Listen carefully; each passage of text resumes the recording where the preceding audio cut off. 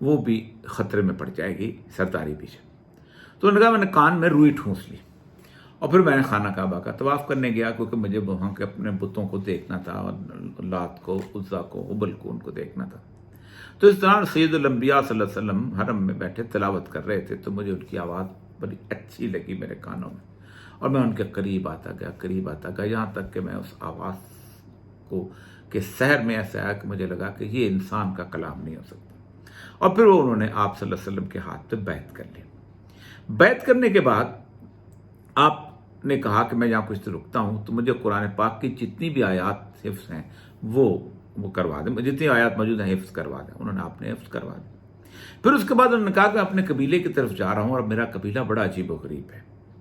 آپ اندازہ کریں یہ علاقہ وہی ہے کہ جس علاقے کے اندر ایک زمانے میں ابرہہ نے اپنا بہت بڑا معبد خانہ بنایا تھا، اور وہ چاہتا تھا کہ پورا عرب اس معبد خانے کی طرف لوٹ آئے، خانہ کعبہ کی طرف نہ جائے، اور ابرہہ وہاں سے 570 عیسوی میں لشکر لے کے ہاتھیوں کا چلا گیا تھا، جنہیں اصحاب الفیل کہا جاتا ہے، اور پھر اللہ تعالیٰ نے انہیں کھائے ہوئے بھس کی مانند کر دیا تھا۔ ایک چھوٹے سے پرندے ابابیل کے ہاتھ میں چھوٹی چیز کنکریاں سے اتنے بڑے ہاتھیوں کو تباہ کر دیا تھا۔ تو وہی علاقہ تھا۔ تو اس کے لوگ جو تھے خاصے جو تھے معجزات کی زبان سمجھتے تھے۔ تو کہا یا رسول اللہ مجھے کوئی ایسی بات نشانی بتائیں کہ ان کو پتہ چلے کہ مجھے ایمان حاصل ہوا ہے۔ تو آپ صلی اللہ علیہ وسلم نے کہا کہ آپ کہتے ہیں کہ دعا کی کہ اے اللہ طفیل بن عمرو کو کوئی ایک نشانی عطا کرا، فرما۔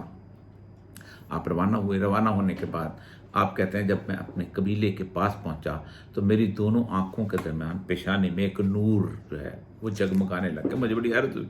میں نے اللہ سے دعا کیا کہ یہ بہت عجیب لگے گا، تو اسے میری لاٹھی کے اوپر کر دے۔ تو کہتے ہیں کہ ایسے میری لاٹھی کے کونے پہ قندیل کی طرح وہ ایک جیسے لالٹین لٹکتی ہے، روشنی نورانی لالٹین کی طرح وہ نور لٹکنے لگ گیا۔ اور پھر اس کے بعد وہ کہتے ہیں کہ جب میں وہاں پہنچا تو سب سے پہلے حضرت ابو ہریرہ نے قبیلہ دوس میں سے اسلام قبول کیا، پھر باقی لی تو لال کرتے رہے اور یہ کرتے رہے۔ اب یہ پورا علاقہ، اس علاقے کی ایک تاریخ ہے۔ یہ علاقہ رسول اکرم صلی اللہ علیہ وسلم کے زمانے سے پہلے ہی عرب سے بالکل علیحدہ تھا۔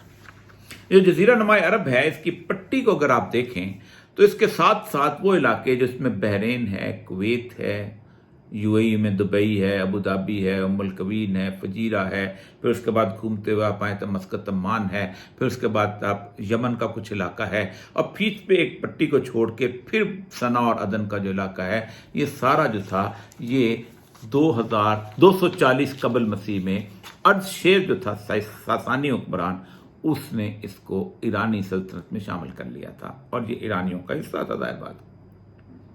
اور یہاں پر مشہور المنذر بن نعمان جو تھے اس کو انہوں نے مرزبان یعنی حاکم بنا کے وہاں پر رکھا ہوا تھا، اور وہ بیسیکلی یہ گارڈ تھے اس انٹرسٹ کا جو ایرانیوں کا یہاں پر تھا۔ یہ علاقہ پھر اوپر آگے چلتا ہے تو پھر آگے جا کے شام آ جاتا ہے، شام کے بعد پھر لبنان آ جاتا ہے، پھر فلسطین، اور وہ علاقہ جو تھا وہ بحیرہ روم یعنی میڈیٹیرین کے ساتھ ساتھ آتا ہے۔ تو وہاں پر ہمیشہ جنگ ہوتی تھی، جو آگے جا کے نیل کے دریا سے جا کے ملتا ہے، رومنز کی اور ایرانیوں کی۔ کبھی رومن فتح حاصل کرتے تھے، کبھی ایرانی فتح حاصل کرتے تھے۔ یہ پورا علاقہ جو تھا، یہ علاقہ جو تھا عرب کے جزیرہ سے بالکل علیحدہ تھا۔ یہی وجہ ہے کہ جب سیدنا عمر رضی اللہ تعالیٰ عنہ کے زمانے میں قاصد جب پہنچے ہیں یزدگرد کے دربار میں تو ان کو دیکھ کے حیران رہ گیا۔ انہوں نے کہا ہم عرب کے قاصد آئے ہیں۔ تو اس نے کہا کہ تم لوگوں کی جرأت کیسے ہوئی یہاں پر آنے کی؟ ہم تو اپنے گورنر کو کہا کرتے تھے اور تمہارا دماغ سیدھا کر دیا کرتے تھے، آج تمہارے دربار میں اور پھر اس کے بعد جو اس نے فکرے کہے ہیں، اس فکروں کو فردوسی نے بڑی خوبصورت بات سے سمیٹا ہے۔ اس نے کہا ہے، فردوسی کا شاہ نامہ بڑا مشہور ہے اس تاریخ کے اوپر، اس نے کہا عرب شیر شتر خوردن سوسمار عرب را بجائے رسید استقار، کہ اونٹنیوں کا دودھ پینے والوں اور گو کا گوشت کھانے والے عربوں، تمہیں کیا سوجی ہے کہ تم کہ تخت کہان کنن آرزو، کہ کہان کے تخت کی آرزو کرتے ہو؟ تفو پر تو اے چرخ کرتا تفو، اے پرانے آسمان تم پر تف ہے کہ تم آج دن دکھا رہا ہے۔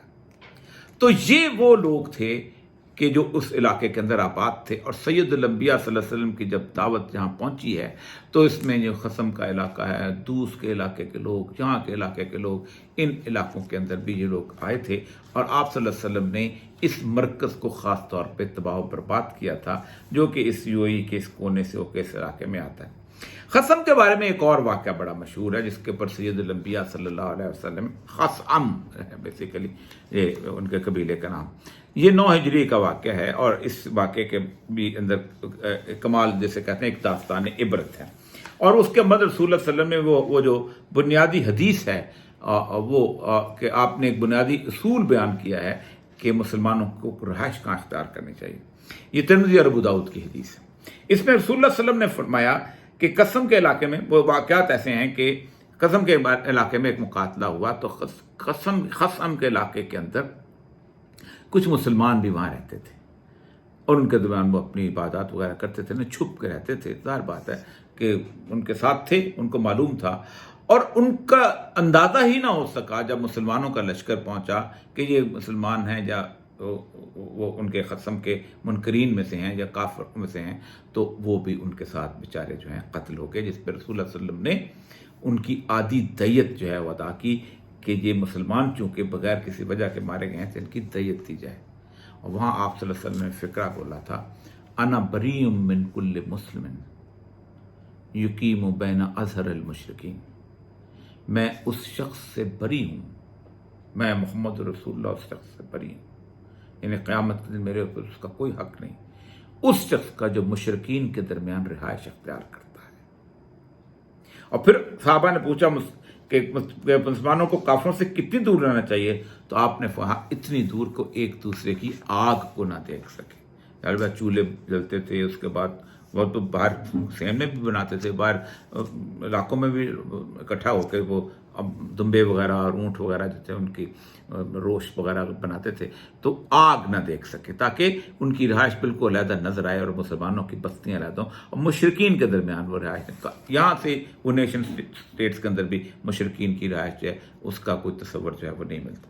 یہ پورا علاقہ، اب اس پورے علاقے کے اندر سب سے پہلے سید الانبیاء صلی اللہ علیہ وسلم کی حدیث جبریل جو ہے اس کے آثار نمایاں ہونے شروع ہوئے۔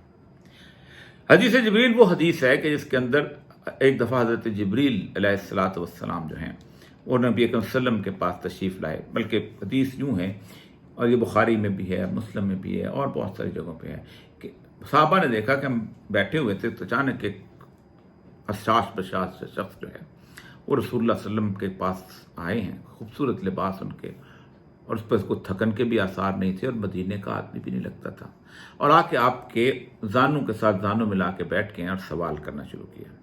انہوں نے پہلا سوال یہ کیا کہ اسلام کیا ہے، آپ صلی اللہ علیہ وسلم نے بتایا کہ اسلام یہ ہے۔ پھر دوسرا سوال کیا کہ ایمان کیا ہے، آپ صلی اللہ علیہ وسلم نے بتایا کہ ایمان کیا ہے، ساتھ اس نے صدقتا، آپ نے سچ کہا۔ پھر تیسرا سوال انہوں نے یہ کہا کہ قیامت کے بارے میں کیا کہتے ہیں آپ؟ تو آپ صلی اللہ علیہ وسلم نے قیامت کے بارے میں جتنا پوچھنے والا جانتا ہے اتنا ہی جواب دینے والا جانتا ہے۔ تو پھر آپ نے کہا کہ پوچھا کہ اشراط الساعہ، علامات قیامت کیا ہیں؟ تو آپ نے 2 علامات بتائی تھی۔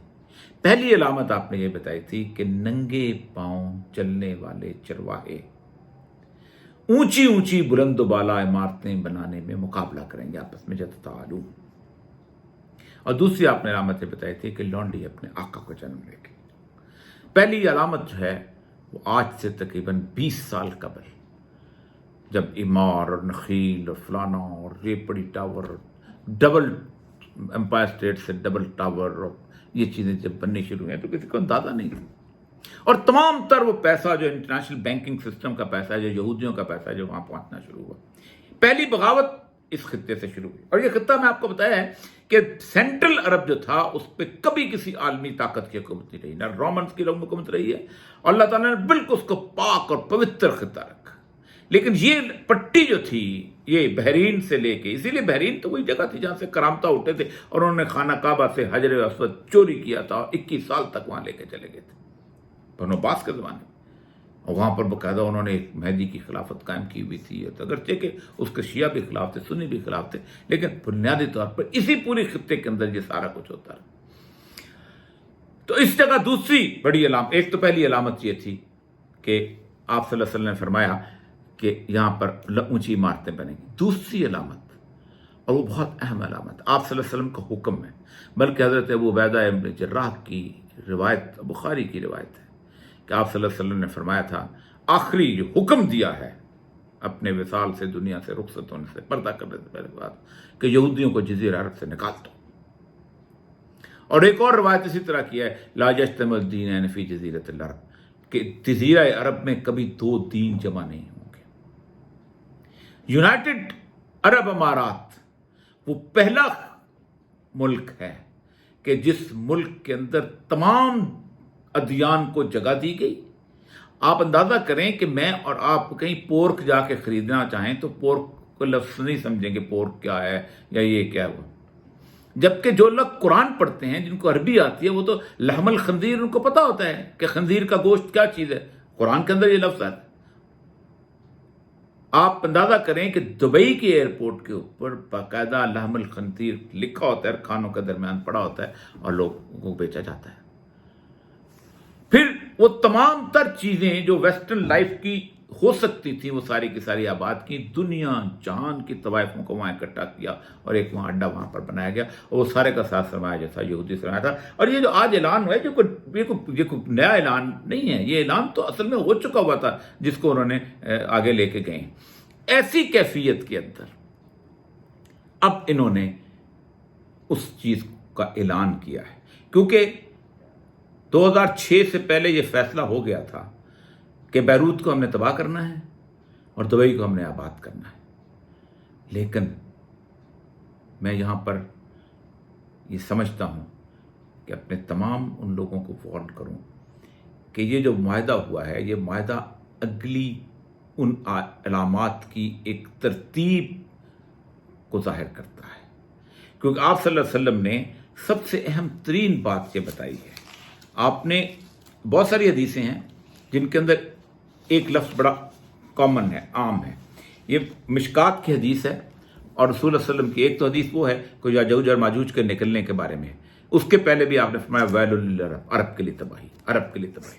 یہ دوسری حدیث ہے، یہ ابو داؤد سے ہے، لیکن مشکات چونکہ اس میں صحیح حدیث جمع کی ہیں تو کہتے ہیں کہ رسول اللہ صلی اللہ علیہ وسلم فرمایا ویل للعرب من شر قد اقترب، عرب کے لیے ایک تباہی جس کا ایک فتنہ جو بہت نزدیک آ گیا ہے. افلح من کفا یدہ رواح، ابو داؤد، افلح من کفا یدہ، وہی بچے گا جو اپنے ہاتھوں کو اپنے کف یعنی بند رکھے گا. یعنی اس وقت جو فتنہ اٹھا ہے جو ویل العرب کا ہوگا، اگر کوئی لڑائی کے لیے تلوار نکالا تو پھر وہ گیا. اس سے ہی پہلی حدیث جو کہ اسی مشکات کی حدیث ہے، اور وہ بڑی تفصیل کی حدیث ہے جو میں سناؤں گا، کہ اب جو فتنے شروع ہونے والے ہیں اس سے یوں لگتا ہے کہ عرب صفحہ ہستی سے مٹ جائیں گے. کیونکہ آپ صلی اللہ علیہ وسلم کی وہ حدیث بڑی اہم ہے کہ ایک جوتی پڑی ہوگی اور ایک عورت دیکھے گی کہ یہ جوتی کس کی ہے، یہ تو قریش کی جوتی لگتی ہے اور قریش دنیا میں نہیں ہوگا. حضرت عبداللہ بن عمر سے روایت ہے کہ ہم نے نبی صلی اللہ علیہ وسلم کے پاس بیٹھے ہوئے تھے اور آپ نے فتنوں کا ذکر کیا، اور بہت زیادہ فتنوں کا ذکر کیا، یہاں تک کہ آپ نے فتنہ احلاس کا ذکر کیا. ایک کہنے والے نے کہا احلاس کا فتنہ کیا ہے؟ فرمایا وہ بھاگنا اور جنگ کرنا. اب دیکھ لیں، شام ہے، لبنان ہے، عراق ہے، فلاں ہے، بھاگ رہے ہیں اور جنگ کر رہے ہیں.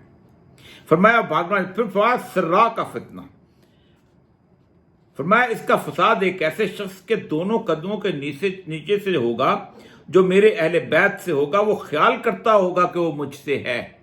یعنی ایک شخص کو ایسا دعویٰ کرے گا، جیسے ہمارے یہاں نارملی سید لکھ لیتے ہیں اپنے کتاب کا، لیکن مجھ سے نہیں ہوگا، میرے دوست تو پرہیزگار ہیں. آپ نے اس کی علامت بتا دی اپنے اہل بیت کی کہ وہ متقی ہوں گے، پرہیزگار. وَلَيْسَ مِنِّي إِنَّمَا أَوْلِيَائِي الْمُتَّقُونَ، میرے دوست یعنی میرے اہل بیت جو ہیں وہ تو میرے اولیاء جو ہیں، میرے دوست تو متقی ہوتے ہیں. اور اس کے بعد لوگ ایک شخص کی بیت پر جمع ہوں گے جیسے کولے پر پسلی ہوتی ہے، پھر دماغ کا فتنہ ہوگا، اس امت میں سے کسی کو نہیں چھوڑے گا مگر اس کو تماچا مارے گا جو وقت خیال کیا جائے گا کہ فتنہ ختم ہوا اور بڑھ جائے گا. آدمی صبح کو مومن ہوگا، شام کو کافر ہوگا.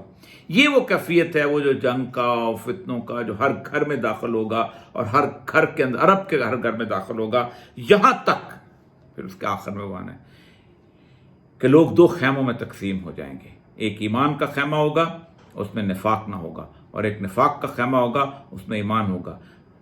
اب جب یہ تصور کرو تو سمجھو کہ دجال آنے والا ہے. یعنی یہ جو جوئی کی صورتحال ہے، اس کی اگلی علامت آپ نے فرمایا کہ ایک سرین جو ہیں عورتوں کے، یعنی کولے جو ہیں وہ آپس میں جڑے ہوں گے. کس کے؟ اس کے اوپر ذوالخلصہ جو ہے اس کے بت خانے کا طواف کرتے ہوئے وہ بت واپس آ جائیں گے. بعض لوگ کہتے ہیں یہ بعد میں آئے گا، لیکن کوئی بھی ترتیب ہو، لیکن اسی سرزمین پر یہ واقع ہونا ہے. باقی بھی علامات جو ہیں اسی علاقے کے اندر پوری ہو گئی ہیں. اب انہوں نے جو کیا ہے، اس کا مطلب یہ ہے کہ اب انہوں نے عرب کی اس تباہی پر دستخط کر دیے ہیں، اور یہ تباہی انہوں نے یہودیوں پر اعتبار کیا ہے. اللہ رسول اللہ صلی اللہ علیہ وسلم، اللہ تبارک و تعالیٰ رسول اللہ صلی اللہ علیہ وسلم کی ہدایات کے بالکل مختلف، اور عرب ہو کے اس پہ عمل کیا ہے، اس لیے ان کی سزا بھی دگنی ہے. وآخر دعوانا الحمدللہ.